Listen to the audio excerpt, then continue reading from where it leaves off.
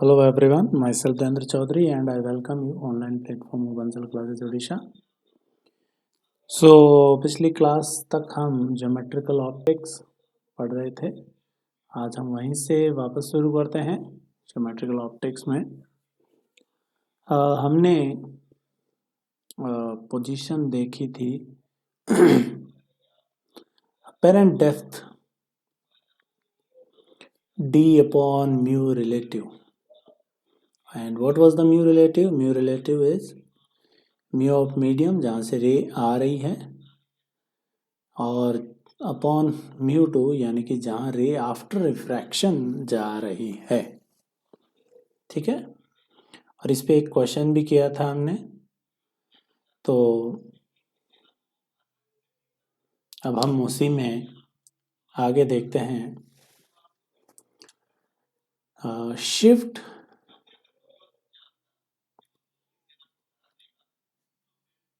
या फिर parallel shift due to a parallel slab. और रेज में हमने शिफ्ट देखा था, कोई एक रेज आती है तो वो शिफ्ट हो जाती है किसी पैरेलल स्लैब से। तो आज हम उसी की बात करेंगे आगे, उसी को देखते हैं। सपोज ये कोई एक पैरेलल स्लैब है जिसकी थिकनेस है T, this thickness is T. और सपोज यहाँ कहीं एक ऑब्जेक्ट है, suppose this is an object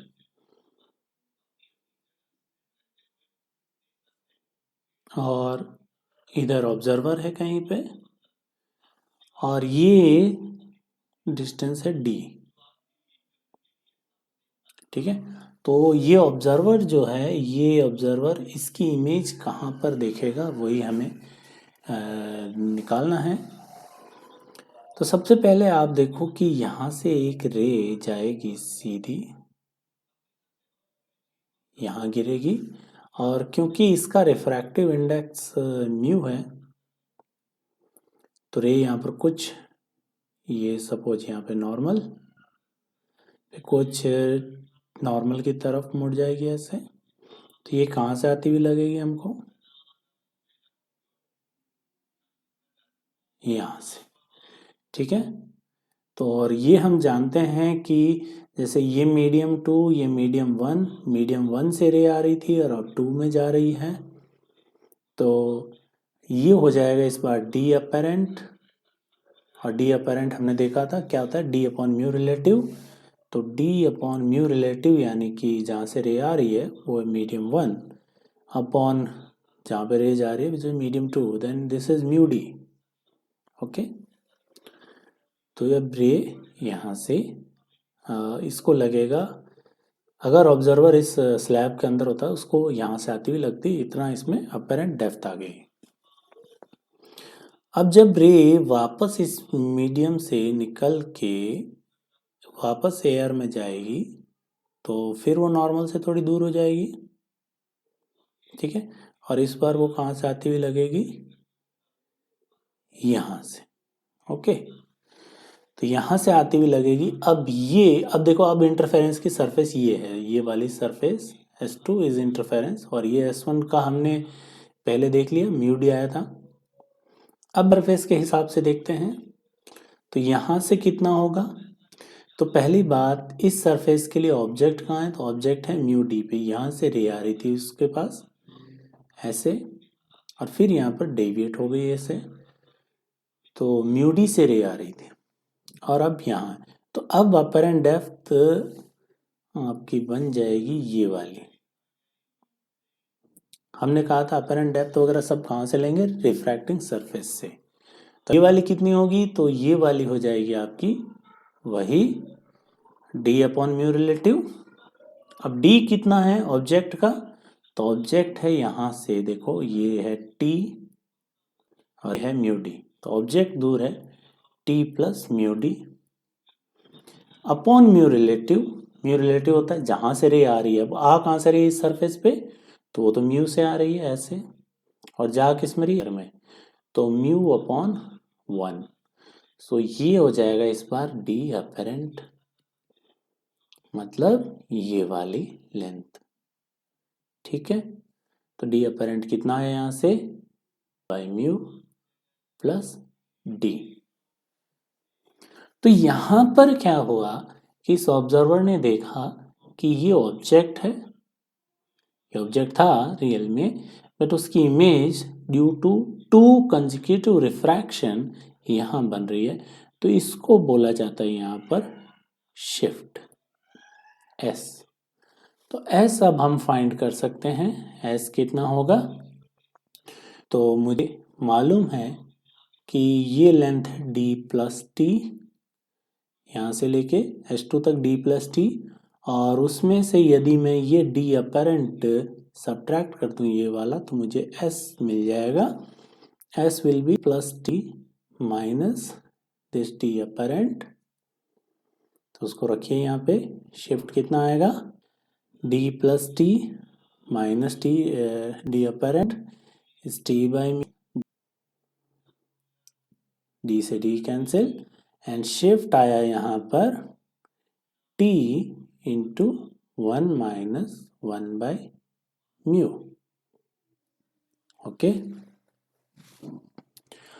तो ये आप देख सकते हैं यहाँ पर बहुत ही आसान शब्दों में हमने शिफ्ट फाइंड कर लिया है। किसी भी ग्लास स्लैब के कारण कितना शिफ्ट आएगा तो वो उसकी थिकनेस पे भी डिपेंड करता है। ठीक है, यहाँ पर सारे नियर नॉर्मल इंसिडेंस ही कंसिडर कर रहे हैं हम, तभी हम डी अपेरेंट का ये फॉर्मूला लगा पाए, म्यू डी वगैरह।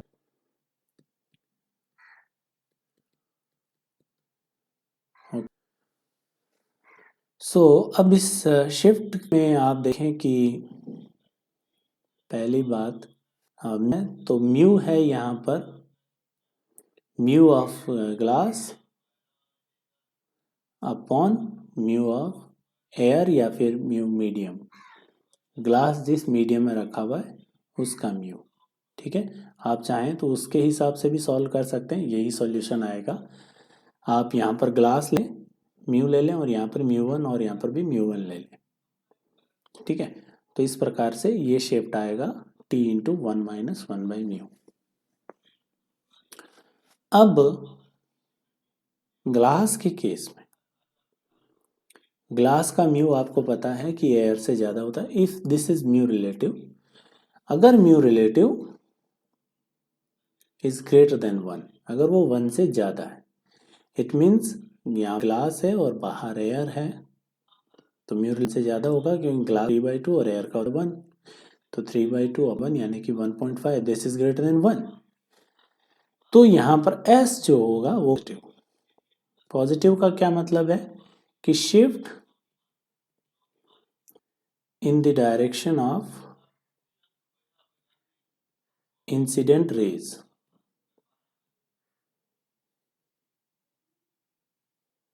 ठीक है, शिफ्ट कहाँ होगा, इंसिडेंट रेज की डायरेक्शन में। तो आप तो ये शिफ्ट का फॉर्मूला याद रखें,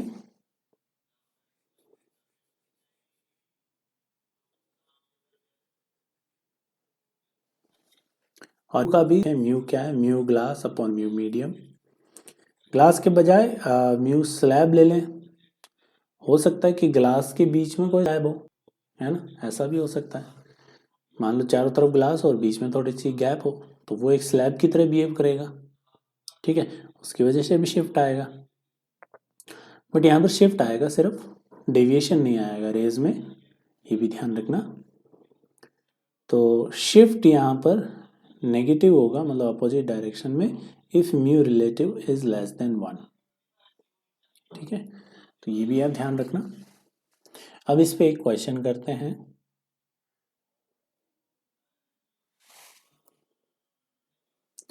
तो अब ये देखिए आप, ये एक कॉनकेव मिरर है जिसकी फोकल लेंथ आपको दे रखी है 20, इसकी थिकनेस आपको दे रखी है 2 सेंटीमीटर, ये भी सेंटीमीटर में है। ओके, एंड यहाँ कहीं ऑब्जेक्ट है,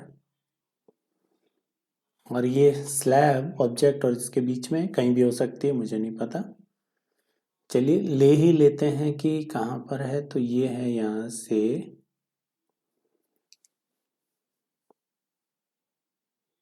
15 पे, और ऑब्जेक्ट है, ऑब्जेक्ट यहाँ से 30 पे। तो यहाँ से ऑब्जेक्ट से रेज आएंगी, यहाँ पर डेविएट होंगी, फिर यहाँ पर इंसिडेंट होंगी, फिर यहाँ से जाएगी, फिर डेविएट होंगी, और फाइनल इमेज बनेगी। ये प्रिंसिपल एक्सिस है, और म्यू दिया हुआ है आपको 3/2 बाहर है। Find final position of image.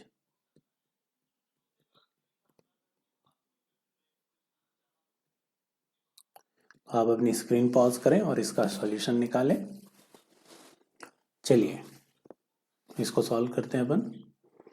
तो सबसे पहले तो आप देखिए कि रेज कैसे ट्रेवल करेंगी।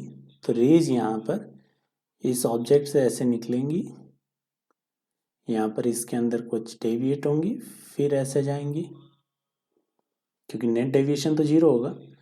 बट अब जो इस मिरर को जो रे आ रही है वो यहाँ से नहीं, 30 से नहीं, बल्कि कुछ आगे से आ रही है। यहाँ से मिरर को लगेगा कि ऑब्जेक्ट यहाँ पे है, तो इतना शिफ्ट, ये शिफ्ट आप फाइंड कर लें। पैरेलल स्लैब के कारण शिफ्ट हम जानते हैं कितना होगा, शिफ्ट t यानी कि 2 centimetre into 1 minus 1 by mu, and mu कितना है, mu of glass is 3/2 upon 1, so 3 minus 2 is 1/3। Shift आएगा यहाँ से 2/3। ओके, शिफ्ट कितना आएगा, 2/3।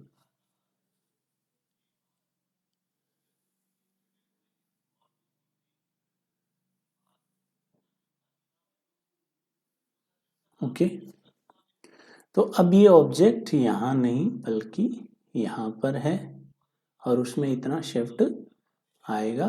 तो ये अब ऑब्जेक्ट की पोजीशन होगी इस मिरर से, कितनी होगी, तो 30 सेंटीमीटर माइनस 2/3, और शिफ्ट यहाँ पर काफ़ी कम आ रहा है, t into 1 minus 1 by mu, mu is 3/2, it's okay, but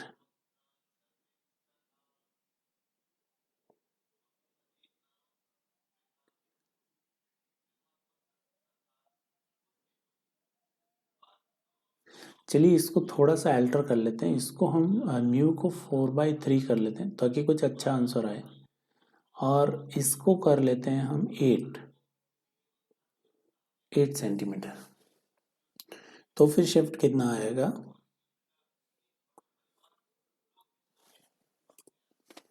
तो शिफ्ट आएगा, thickness is 8, 1 minus 1 by mu यानी कि 1/4/3, एंड 4 माइनस 3 इज 1/4। जब शिफ्ट आएगा 2 सेंटीमीटर। ओके, अब अच्छा है, तो शिफ्ट आया 2 का, इसका मतलब ये 30 है, तो ये ऑब्जेक्ट कहाँ पर होगा मिरर के लिए, 28 पे। तो ये अब इसको रिफ्लेक्ट करेगा यहाँ से और इमेज बनाएगा।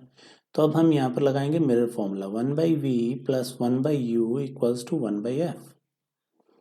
सारी पोजीशन यहाँ से में करते हैं हम पोल से, तो 1/v equals to 1/f। Focal length कितनी है, 20, फोकस किधर होगा, इधर है ना, यहाँ कहीं होगा, तो माइनस का 20, आप अपोजिट डायरेक्शन मेजर कर रहे हैं, माइनस 1/u। अब कितना है, तो यहाँ से अब ऑब्जेक्ट यहाँ पर है, this is u, u is -28, आप रे के अपोजिट जा रहे हैं, तो और शिफ्ट आ गई होगा क्योंकि यहाँ पर mu relative is greater than 1, और इंसिडेंट रेज की डायरेक्शन में शिफ्ट होगा, ये कहा था हमने पॉजिटिव होगा। तो ये कितना आया, -1/20 प्लस 28, और इसको सॉल्व कर लेते हैं हम, 28 -28 प्लस 20 यानी कि -8/20 टू 28, और v आया यहाँ पर -20 इंटू 28/8, आप 4 से डिवाइड कर दे, 4 2 5 2 14, 14 इंटू 5 यानी कि -70।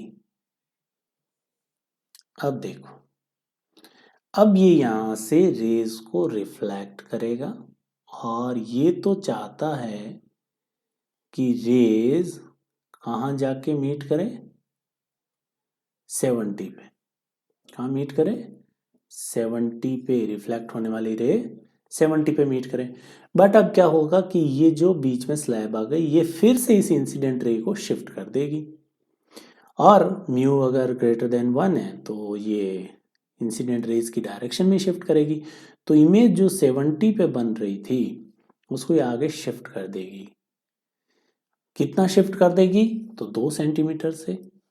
तो इमेज कहाँ बनेगी फाइनली, तो 72 सेंटीमीटर पे।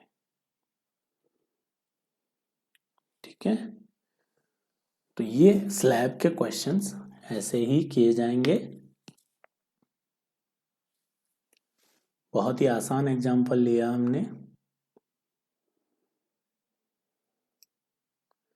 अब जैसे मान लो कि स्लैब पे अगर कोई, सपोज दिस इज स्लैब, और इस पे कोई वर्चुअल ऑब्जेक्ट है। वर्चुअल ऑब्जेक्ट मतलब यहाँ रखा हुआ एक वर्चुअल ऑब्जेक्ट। ठीक है, थिकनेस टी है, mu relative is mu. Virtual object यहाँ, इसका मतलब रेज ऐसे आ रही है और लग रहा है कि यहाँ मीट कर रही है, बट यहाँ ऑब्जेक्ट नहीं है, तो ये कन्वर्जिंग रेज मीट कर रही है। इसका मतलब ये ऑब्जेक्ट कैसा है, वर्चुअल। तो अब रेज इस डायरेक्शन में आ रही है तो ये क्या कर देगा, इन रेज को शिफ्ट कर देगा ऐसे। तो अब आप देखो कि आपको लगेगा ऑब्जेक्ट यहाँ नहीं बल्कि यहाँ पर है, और ये शिफ्ट कितना होगा, t into 1 minus 1 by mu relative, mu glass upon mu medium. Okay, तो ये हमने एक स्लैब ली। अब जैसे मान लो कि बहुत सारी स्लैब हों तो उनको कैसे डील करेंगे। बहुत सारी स्लैब्स हों तो उनको कैसे डील करेंगे हम। सो शिफ्ट फ्रॉम, सपोज एब्स, ठीक है, तो हम एन स्लैब्स यहाँ पे ड्रॉ कर लेते हैं। ये पहली स्लैब और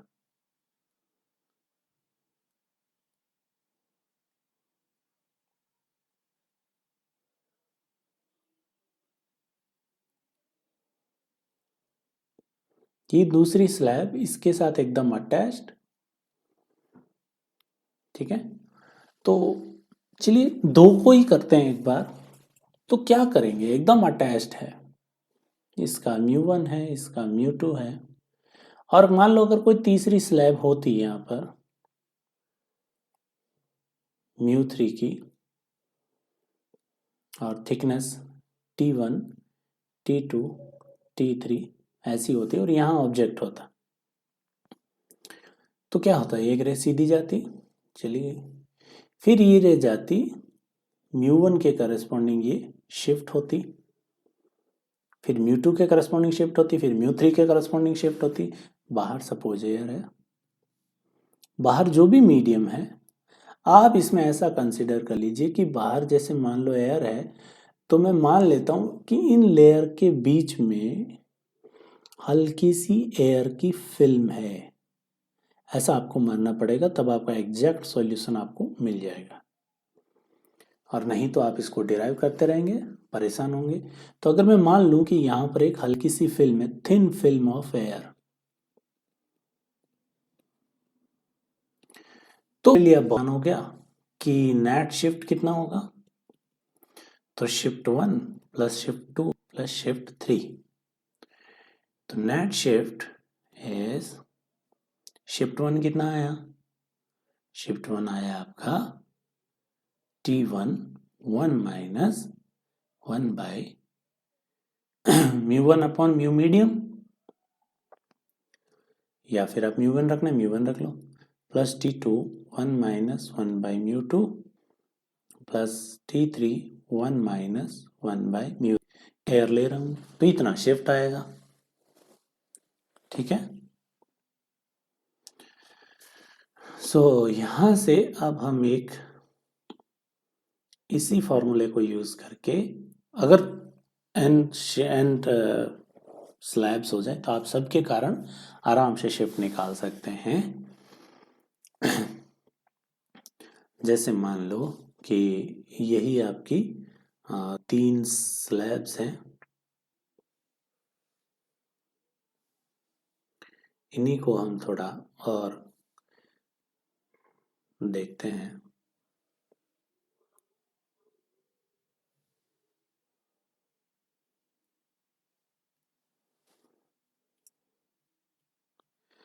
अब जैसे मान लो कि बाहर ऑब्जर्वर यहाँ है, दिस इज ऑब्जर्वर, और ये है म्यू ऑब्जर्वर, यहाँ पर भी म्यू ऑब्जर्वर है। ठीक है,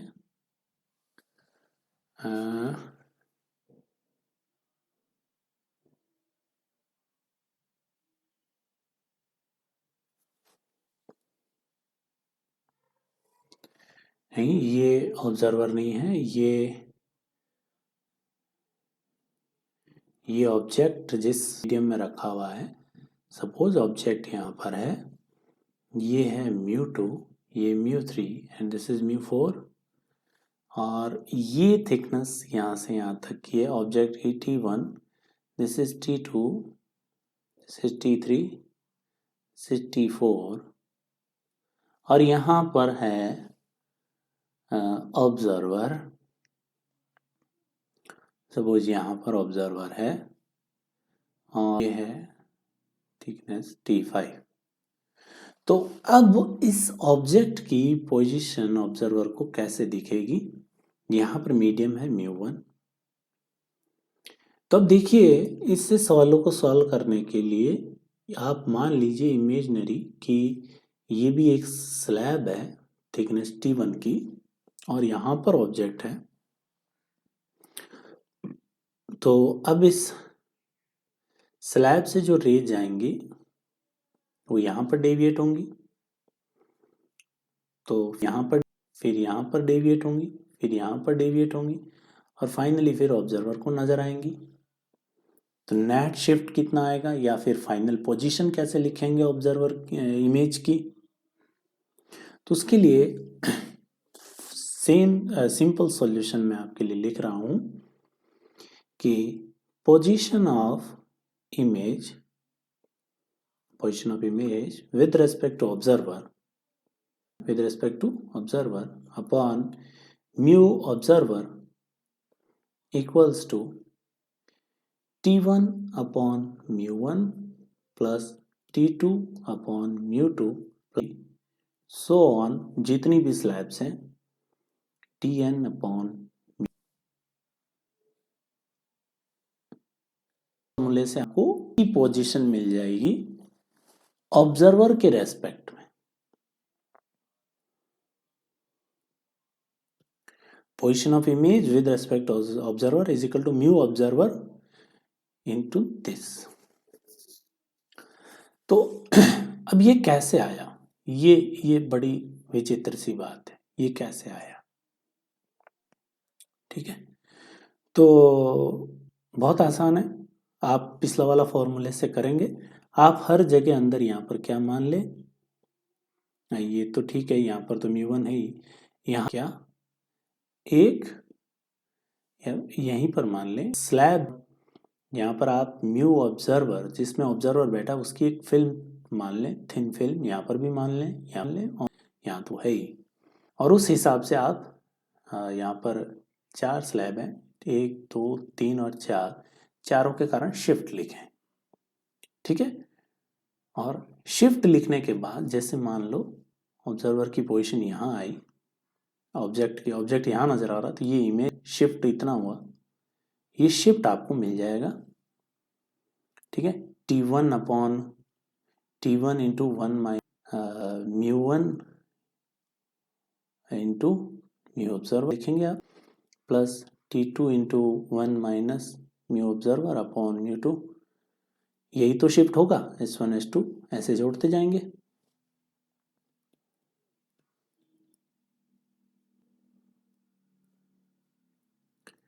ठीक है।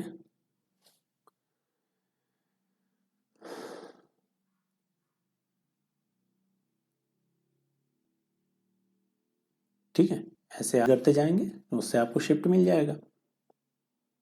और उसके बाद ये तो शिफ्ट हुआ, पोजीशन के लिए आप क्या, तो T1 plus T2 plus T3 plus T4 उसमें शिफ्ट करेंगे।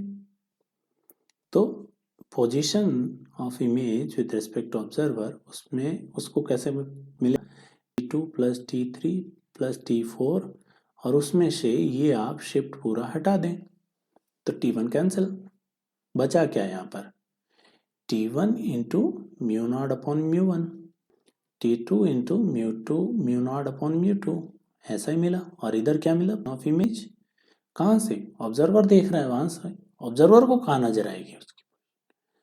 ठीक है, तो ये सारे म्यू नॉट यहां से कहाँ जाएंगे, नीचे। म्यू नॉट क्या था, म्यू ऑब्जर्वर। तो शिफ्ट और उसके कारण ये पोजीशन हमने देखी कि कहाँ मिलेगी। अब इस पर क्वेश्चन करते हैं और उससे आपको और ज़्यादा क्लैरिटी हो जाएगी। जैसे मान लो कि एक कंटेनर है, उसके अंदर वाटर फिल्ड है यहाँ तक, और उसके ऊपर यहाँ तक है ऑयल। ये ऑयल है, ये वाटर है, इसका म्यू 4/3 है, और इसका म्यू है सपोज 2, म्यू हमेशा 1 से बड़ा होता है, सपोज 2 है, और यहाँ पे एयर है। ठीक है, और यहाँ कोई एक पक्षीराज, ये है सपोज 5 सेंटीमीटर मछली, और ये है 3 सेंटीमीटर। ये ऑब्जर्वर है और ये ऑब्जेक्ट है, को ये नजर आएगा, मतलब position of image with respect to observer upon mu observer equal to T1 upon mu one. तो T1 यहाँ पर है 20, आप इसी को भी इसको, तो 20 upon mu one is 1 plus T2 is 5 upon mu two is 2 plus T3 is 3 upon mu 3 is 4/3, और म्यू ऑब्जर्वर कितना है, तो वो है 4/3। तो यहाँ पर position of this image with respect to observer आपको ऑब्जर्वर के रेस मिलेगी कि ऑब्जर्वर से कितनी दूर है। सो 20 प्लस 2.5 प्लस 9/4 यानी कि 2 पॉइंट कितना होता है,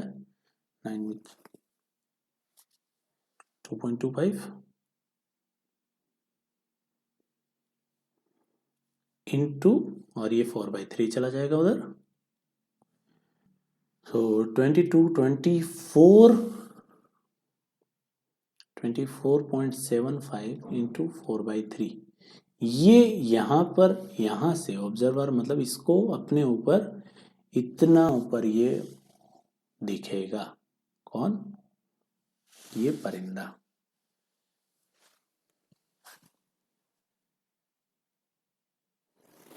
और अगर परिंदे को मछली कहाँ दिखेगी, तो वो भी आप निकाल सकते हैं, position of image with respect to observer upon mu observer, इस बार एयर हो जाएगा 1, और T1 अपॉन म्यू 1, ये चीज़ तो सेम ही रहेगी, तो 24 इंटू 75, 24.75।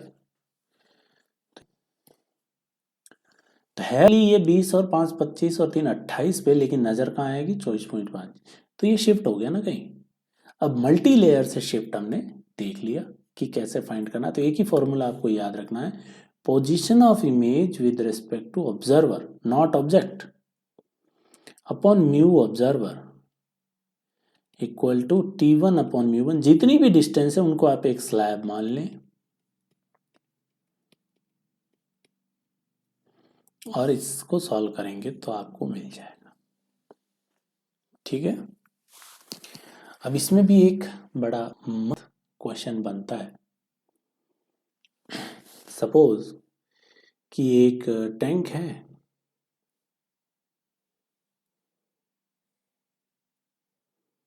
और टैंक के अंदर वाटर फिल्ड, नीचे यहाँ पर है फिश, यहाँ पर है ऑयल, ये 2, 4/3 और ये पक्षीराज।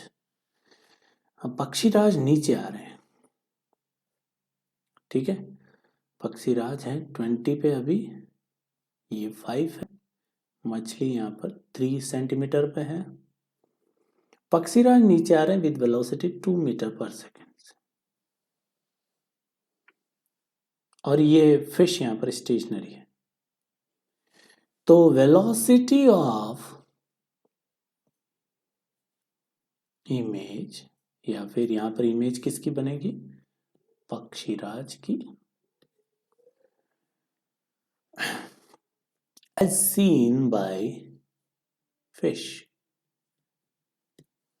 फिश को इसकी वेलोसिटी कितनी नजर आएगी, वो 2 मीटर पर सेकेंड से नीचे आ रहा।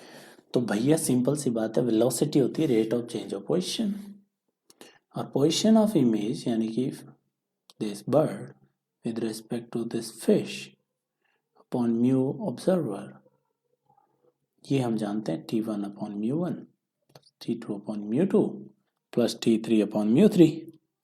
इसको डिफ्रेंशिएट कर लें तो velocity of image with respect to observer upon mu observer, क्योंकि म्यू तो चेंज हो नहीं रहा, इक्वल्स टू T1 अब ये थिकनेस है 20 वाली, और ये चेंज हो रही है किससे, व्हाट इज ड्यूटी इज -2, क्योंकि कम हो रही है, ठीक है। तो आप इसको ऐसे लिख लें T1 डॉट, डिफ्रेंशिएशन हो गया T1 का, ऐसे T2 डॉट, डिफ्रेंशिएशन हो गया, ऐसे लिख लें T3 डॉट, डिफ्रेंशिएशन हो गया T3 का। तो इस फॉर्मूले को यूज करके आप वेलोसिटी भी फाइंड कर सकते हैं, ठीक है। तो मैं एक क्वेश्चन देता हूं, आप उसको सॉल्व करें, उसी के साथ ही हम प्लेन सरफेस से रिफ्रैक्शन को फिनिश कर देंगे आज, कि ये पानी और यहाँ से ड्रेन आउट हो रहा है वाटर, यहाँ पर फिश है, पानी की ये सरफेस नीचे आ रही है सपोज 2 मीटर पर सेकेंड से, और यहाँ पर है ऑयल, इंडेक्स इज 2, इसका 4, और यहाँ से हम एक्स्ट्रा ऑयल फिल कर रहे हैं इसमें, जिससे ये लेयर ऊपर जा रही है 4 मीटर पर सेकेंड से आ रहा है पर सेकेंड, और मछली ऊपर जा रही है 2 मीटर पर सेकेंड। सब चेंज हो रहे हैं यहाँ पे, बस एक म्यू है जो कांस्टेंट यहाँ पे। So find velocity of fish as seen by bird, bird को फिश की वेलोसिटी कितनी नजर आएगी। तो आप इस क्वेश्चन को सॉल्व करें, बहुत ही शानदार क्वेश्चन है, और एंजॉय करें। मिलते हैं हम नेक्स्ट लेक्चर में, तब तक के लिए बाय बाय।